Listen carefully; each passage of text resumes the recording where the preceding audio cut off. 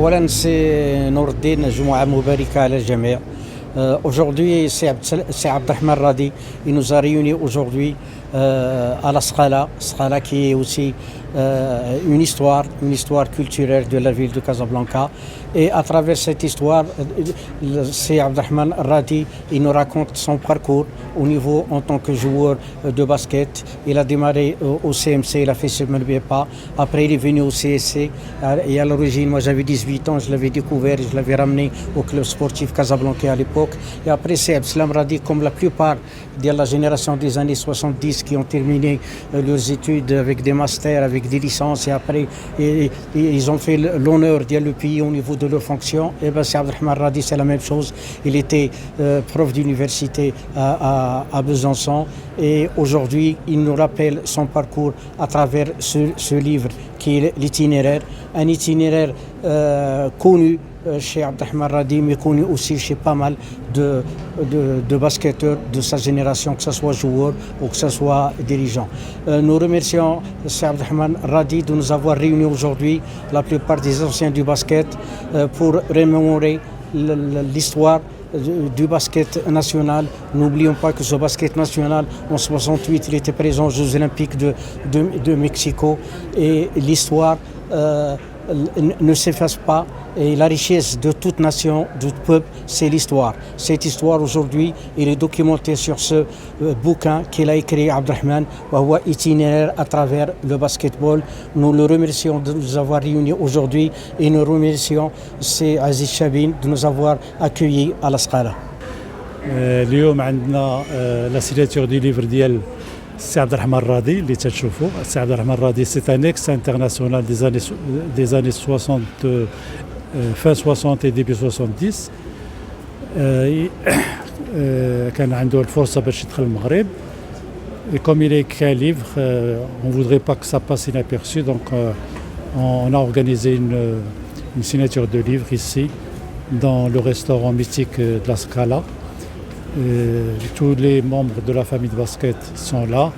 C'est Abdelrahman Radi va nous parler de son parcours sportif depuis qu'il était jeune au Maroc, parce qu'il a quitté le Maroc très jeune pour aller en France.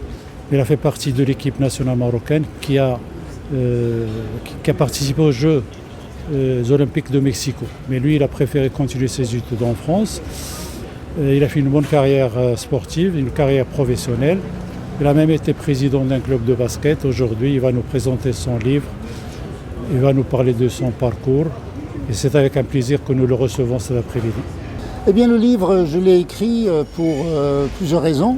Tout d'abord, je l'ai écrit pour mes enfants, pour leur parler un petit peu de mon passé et qu'ils sachent un petit peu quel a été mon parcours depuis le Maroc jusqu'à mon arrivée en France. Je l'ai écrit, la seconde raison, je l'ai écrit pour raconter l'itinéraire d'un parcours qui, grâce au basketball, m'a permis de faire des choses que je n'aurais peut-être pas fait si je n'avais pas rencontré le basket.